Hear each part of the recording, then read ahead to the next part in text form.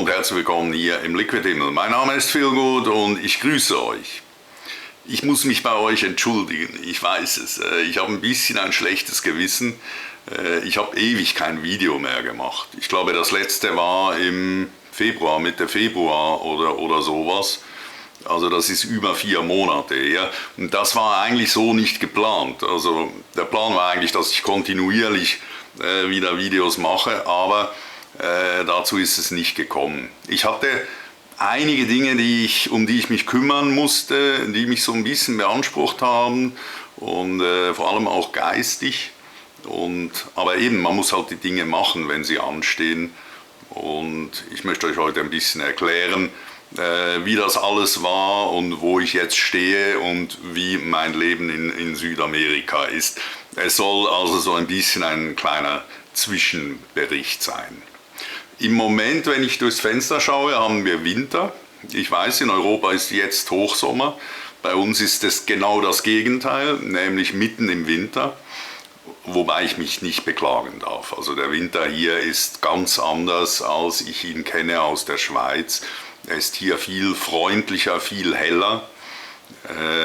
Natürlich, es wird schon kühl. Also normalerweise wird es nachts, geht so runter auf 5, 6 Grad. Und dann hat man aber tagsüber ganz oft wie heute jetzt strahlender Sonnenschein. Und im Moment haben wir, meine Wetterstation sagt 20 Grad. Also herrlich, richtig toll. Ich habe noch überlegt, draußen zu drehen, wobei es hat ein bisschen zu viel Wind. Das würde den Ton stören. Aber wirklich schön. Es kann auch anders. Also die letzten 4 Tage war es bewölkt. Und wenn es bewölkt ist, dann gehen die Temperaturen tagsüber nicht mehr höher als 10 oder 12 Grad. Aber auch damit kann man leben, also nicht so schlimm. Und was ungewöhnlich ist, wir haben jetzt bereits die 3. Kältewelle gehabt in diesem Winter. Und Kältewelle heißt, die Temperaturen gehen nachts bis auf 0 Grad oder sogar darunter, also -1, -2. Das haben wir jetzt schon 3-mal gehabt. Aber es ist auch nicht schlimm, eben, das ist dann 1 Stunde oder 2 Stunden bei -1 Grad und tagsüber haben wir wieder 15 oder 20 Grad. Also für mich ist so ein Winter durchaus lebenswert, kein Vergleich zu den Wintern in Europa. Immer vorausgesetzt natürlich, man hat ein Haus, das man heizen kann. Das ist ganz wichtig und sehr viele Häuser hier in Uruguay, die kann man nicht heizen. Die haben keine Heizung, die meisten wahrscheinlich. Und dann wird es natürlich wirklich kalt. Also das ist dann schon noch eine andere Geschichte. Dazu komme ich, wenn ich das Video zum Haus mache. Das wird das nächste Video übrigens sein. Ich komme noch darauf zurück. Hier in meinem kleinen Häuschen in Cuchicha Alta kann ich sehr gut heizen. Das Häuschen hat auch eine gute Bauqualität, also doppelverglaste Fenster. Ich habe einen großen geschlossenen Holzofen, mit dem kann man ziemlich viel Wärme generieren. Und ich habe zusätzlich noch eine Klimaanlage, die auch heizen kann. Also ich friere nicht in diesem Winter, zum Glück nicht. So, ihr seht es vielleicht an der Optik. Ich habe wieder eine normale Kameraoptik nach über einem Jahr mit dieser Fisheye-Optik von der kleinen Canon Legria. Und das heißt, mein Container ist angekommen. Im März, irgendwann, weiß nicht mehr genau, war es soweit und der Container ist hier angekommen im Hafen von Montevideo. Und das hat alles sehr gut geklappt, also der ist problemlos durch den Zoll gekommen, auch die Spedition, dann die Lieferung des Containers, das hat alles wunderbar geklappt. Ich habe ein Zwischenlager organisieren müssen, das hatte ich schon vermutet, weil ich halt noch kein Haus habe und hier kann ich die Sachen nicht lagern. Also habe ich ein Zwischenlager organisiert und angemietet. Ich habe mein Umzugsgut alles palettisiert. Also es sind 6 Paletten mit Kartonkisten drauf. Und ich habe schon gewusst, dass ich die irgendwo zwischenlagern werden muss. Und deshalb habe ich das eigentlich so gemacht. Das hat sich jetzt als gut erwiesen, weil das war dann recht simpel, den Container auszuladen und die Ware wieder einzulagern. Ich musste allerdings einen Gabelstapler organisieren, was gar nicht so einfach war, plus einen Menschen, der den bedient und das alles mit meinem limitierten Spanisch. Aber schlussendlich hat alles geklappt und ja, ich bin natürlich sehr froh. Ich meine, ich war jetzt über ein Jahr unterwegs, aus dem Koffer gelebt und bin jetzt sehr froh, dass ich wieder ein bisschen Sachen habe. Ich habe natürlich zuerst mal ein bisschen Kleider geholt und Schuhe, dann eben die Kamerasachen, nur einen kleinen Teil natürlich, ein bisschen Technik für den Rechner, Festplatte, mal richtige Backups machen und solche Geschichten. Und das Wichtigste vielleicht, eine Knoblauchpresse. Also ich habe ja in Spanien schon keine gescheite Knoblauchpresse gefunden, weder in Madrid noch in Alcalá, egal wo ich war. Und hier auch nicht. Also ich habe dann so ein Billig-Dings gekauft, aber das regt mich so auf. Und jetzt habe ich endlich wieder eine Knoblauchpresse, die ich mitgebracht habe aus der Schweiz. Und ja, eine Knoblauchpresse macht einen glücklich, wenn man eine gute hat. Klingt blöd, aber ist so. Herrlich. Ich freue mich über die kleinen Dinge, ihr merkt das. So, dann gab es ein kleines Problem mit meiner Daueraufenthaltsbewilligung.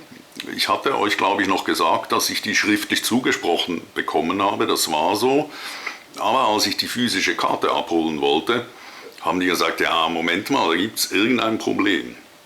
Und zwar hat meine Geburtsurkunde gefehlt. Die muss man einreichen, und zwar mit einer Apostille aus der Schweiz. Habe ich natürlich gehabt. Und die muss man dann hier übersetzen lassen. Habe ich auch gemacht, das haben wir auch tatsächlich alles eingereicht. Aber irgendwie ist die nicht bis ins Zivilstandsregister in Montevideo gekommen. Gut, war jetzt nicht ein großes Ding, musste ich halt nach Montevideo fahren und das nachreichen. Aber das müsste jetzt okay sein. Die physische Karte habe ich immer noch nicht, aber die wird wohl dann irgendwann kommen. Gewisse Dinge oder viele Dinge dauern ein bisschen in Südamerika. Dann gab es ein kleines Problem, und zwar ist das der Führerschein. Man muss, wenn man in einem anderen Land Wohnsitz annimmt, dann muss man früher oder später den lokalen Führerschein beantragen oder machen oder umwandeln lassen oder was auch immer. Und hier ist es also so, dass mein Führerschein aus der Schweiz, der ist hier nur 6 Monate gültig. Einige Leute sagen ein Jahr, ich weiß es nicht genau. Auf jeden Fall läuft er ab und ist dann irgendwann ungültig.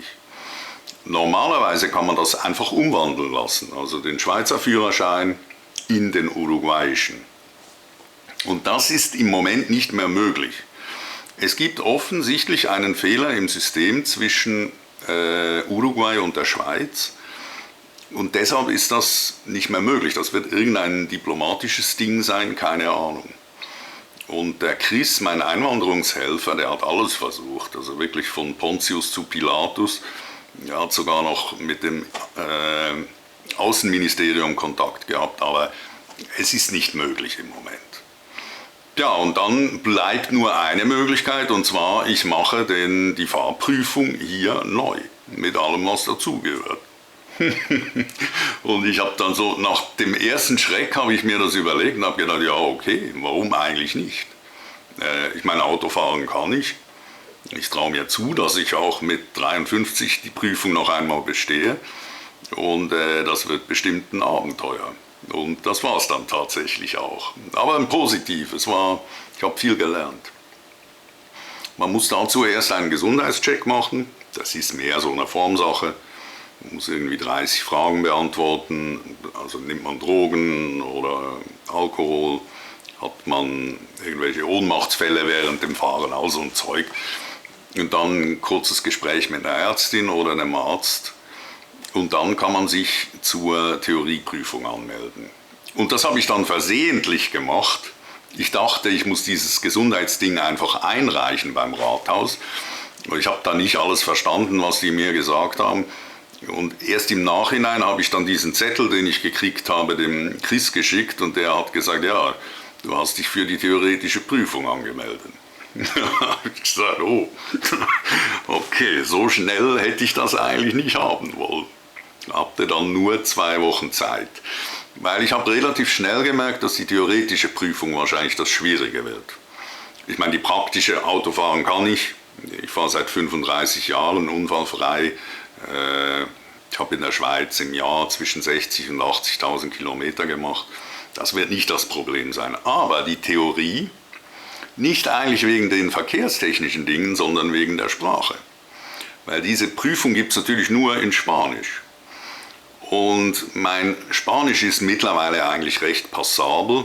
Also ich komme sehr gut zurecht im Alltag. Aber ich habe dann gemerkt, bei so einer Prüfung, das sind ja alles Fachausdrücke. Also was heißt zum Beispiel Warnblinkanlage oder Abblendlicht, Fernlicht, Scheibenwischer, Blinker, Verkehrsinsel, Einspurstrecke, Bremsbereitschaft erstellen. Das weiß man ja alles nicht. Und das sind jetzt alles Ausdrücke, die lernt man auch nicht in der Sprachschule. Und da war mir dann klar, okay, da muss ich mich ein bisschen dahinter klemmen. Also da muss ich was machen dafür. Und ich habe dann die ganze Theorie durchgearbeitet und mir all diese Wörter rausgeschrieben und habe dann angefangen, die zu lernen. Gleichzeitig habe ich Online-Prüfungen geübt. Man kann diese Theorieprüfung online üben. Bei den Fahrschulen, die haben so alte Prüfungen immer aufgeschaltet. Und da habe ich 40 oder so Testprüfungen gemacht. Und ja, dann nach 2 Wochen bin ich an die Prüfung und ich habe sie bestanden. Da habe ich mich richtig gefreut. Ich war mir nicht ganz sicher. Ich war mir ziemlich sicher, aber nicht ganz sicher. Es war auch nicht ganz so einfach, wie ich gedacht habe, weil es sind doch etliche Fragen gekommen, denen ich bei meinen Übungsprüfungen niemals, auch nicht annähernd begegnet bin. Aber es hat gereicht und ich habe mich gefreut. So, und dann konnte ich mich direkt wieder anmelden, 4 Tage später für die praktische Prüfung. Da bin ich wieder ein bisschen unter Zugzwang gekommen.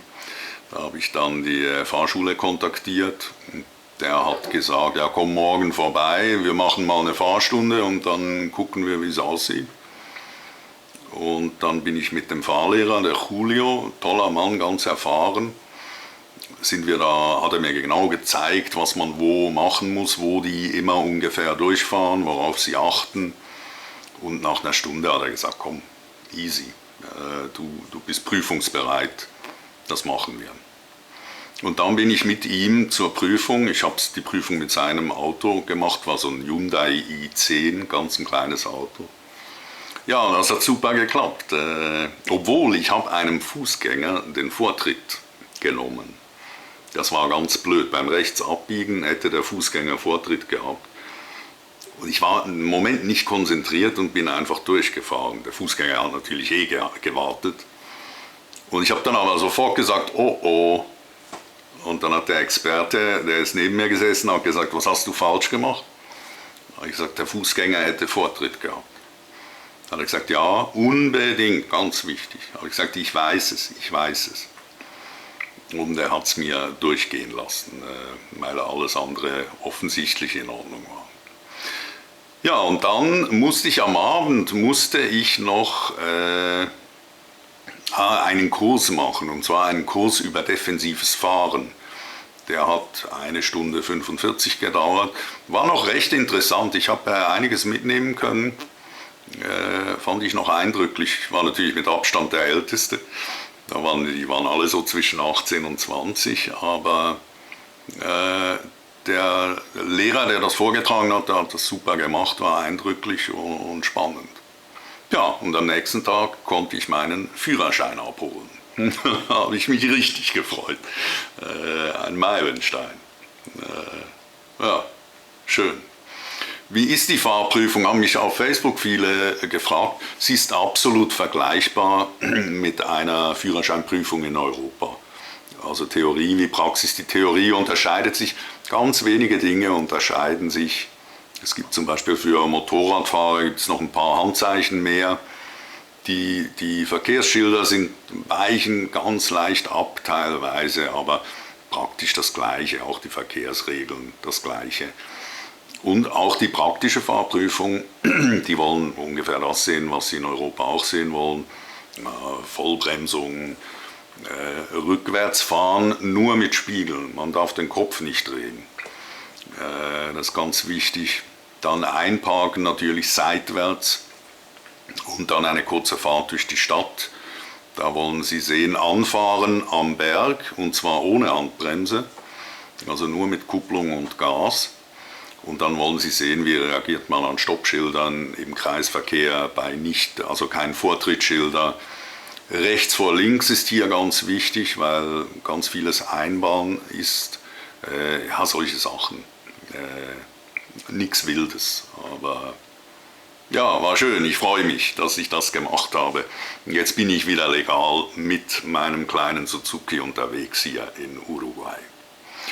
So, und dann kam aber das eigentlich größte Thema und das hat auch im März angefangen, die Suche nach einem Haus. Ich möchte ja hier ein Haus kaufen. Das ist eigentlich das letzte große Puzzleteil, das mir jetzt noch fehlt. Und ich habe dann sehr schnell gemerkt, also die Haussuche, die ist sehr aufwendig und zeitintensiv. Wobei es gibt natürlich verschiedene Arten, wie man ein Haus kaufen kann. Ich glaube, die meisten Leute machen es gleich. Die gehen einfach zu einem Makler.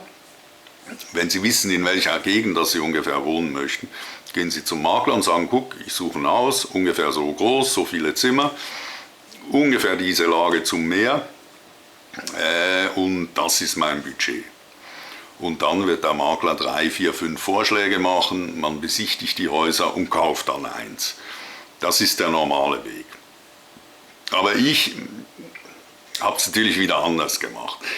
Vor allem, weil ich mich schon die letzten 7 Jahre intensiv mit Hauskauf und Uruguay beschäftigt habe, habe ich eigentlich beschlossen, ich mache das selber. Also ich suche die Häuser selber aus.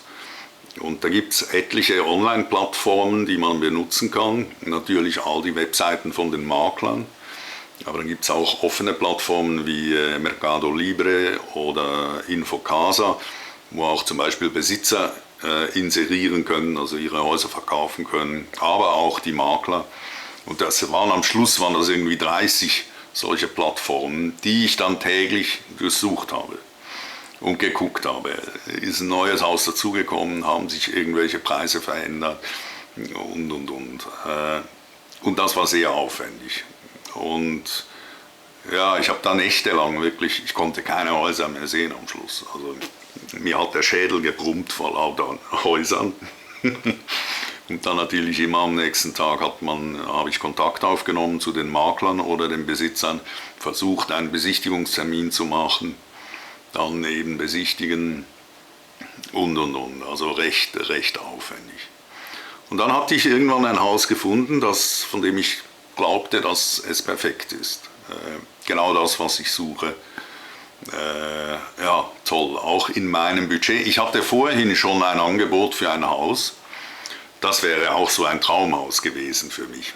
Hammermäßig, wirklich ein tolles Haus. Aber das lag über meinem Budget. Und ich musste schlussendlich, ich habe es zweimal besichtigt, 3-mal glaube ich sogar, aber ich musste schlussendlich sagen, schweren Herzens, ich musste sagen, nein, ich kann es nicht kaufen. Ich hätte das Geld aufbringen können, aber dann hätte ich mich die nächsten 10 oder 15 Jahre zurücknehmen müssen bei anderen Dingen. Also ich hätte mir viele Probleme verursacht, wenn ich ein zu teures Haus kaufe. Und deshalb habe ich es dann abgesagt. Nun, dieses andere Haus, das ich dann gefunden hatte, das war in meinem Budget. Ich habe es dann ein zweites Mal besichtigt mit einem Freund, dem Jan. Der ist handwerklich super stark, der sieht sofort, wo ein Haus Probleme hat oder eben nicht. Und der hat auch gesagt, ja, das Haus kannst du kaufen. Wunderbar. Und dann habe ich es mündlich zugesagt. Dann ist leider 3 Wochen lang nichts mehr passiert. Ich habe immer nachgefragt und. Und am Schluss ist dann ausgekommen, dass der Besitzer des Hauses gestorben ist. Und die Kinder das Haus zwar verkaufen möchten, aber dies jetzt nicht können, weil sie offiziell noch gar nicht Erben sind.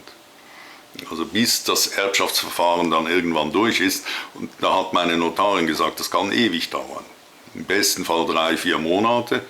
Falls die Erben Streitereien haben, dann kann das Jahre dauern. Sie hat dann gesagt, vergiss das Haus, such weiter. Ja, und das habe ich dann gemacht. Wirklich schweren Herzens, muss ich sagen. Dann habe ich in einer Woche 2 Häuser gefunden, die super interessant fand und beide besichtigt. Und da habe ich Ende Woche mich bei denen wieder gemeldet für einen zweiten Besichtigungstermin mit dem Jan. Und dann haben mir beide gesagt, ja, jetzt ist das Haus bereits andersweitig verkauft, also die Unterschrift ist geleistet, beide Häuser waren weg. Und das war dann so ein Tiefpunkt und da habe ich mir dann gedacht, oh nein, was mache ich jetzt? Ich kriege das nicht hin. Da habe ich dann natürlich auch an meiner Strategie gezweifelt und habe gedacht, ja, vielleicht mache ich es wirklich einfach falsch. Vielleicht müsste ich es auch so machen, wie es alle machen, zum Makler 5 Häuser angucken und 1 kaufen. Aber ich habe mich dann nochmal aufgerafft und habe weitergesucht und habe dann tatsächlich wieder ein tolles Haus gefunden. Ich kürze es ein bisschen ab, einmal besichtigt, zweimal besichtigt mit Jan und dann habe ich das Haus zugesagt. Da waren dann plötzlich alle ziemlich auf Zack bei diesem Haus, also die beteiligten Notarinnen und auch der Makler. Und 3 Tage später habe ich den Vorvertrag unterschrieben und die Anzahlung geleistet. Das heißt jetzt noch nichts, ich muss auf Holz klopfen. Das heißt noch nichts, das kann immer noch schief gehen. Aber ich bin jetzt bei diesem Haus, bin ich wirklich guter Hoffnung, dass das klappt. Es dauert noch, ab jetzt wird es noch 35 bis 40 Tage dauern. Jetzt im Moment prüft meine Notarin, ob das Haus sauber ist. Also sauber heißt, sind die Steuern für dieses Haus bezahlt, sind irgendwelche Schulden auf dem Haus, laufen Verfahren gegen die Besitzer oder irgendetwas im Zusammenhang mit dem Haus, sind alle Rechnungen bezahlt, was Handwerker und solche Geschichten sind. Plant die Gemeinde irgendetwas mit dieser Parzelle? Könnte ja sein, dass sie da einen Park errichten will in 10 Jahren oder all solche Sachen prüft sie jetzt. Und wenn sie dann schlussendlich sagt, nee, das Haus ist sauber, das kannst du kaufen, dann kann man unterschreiben und dann wird es dann wirklich mein Haus werden. Aber eben, ich klopfe auf Holz, dass es so kommen wird.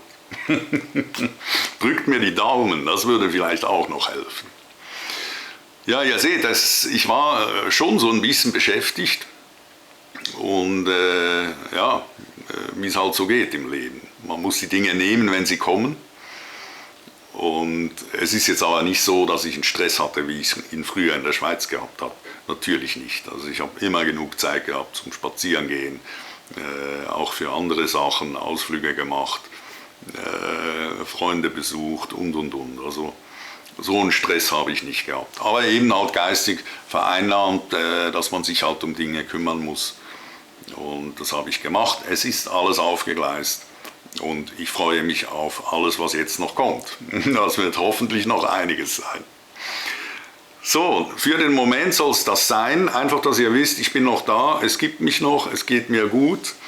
Und es geht jetzt weiter mit Videos. Das nächste, was ich mache, ist ganz sicher zum Hauskauf in Uruguay, weil da bin ich jetzt Experte.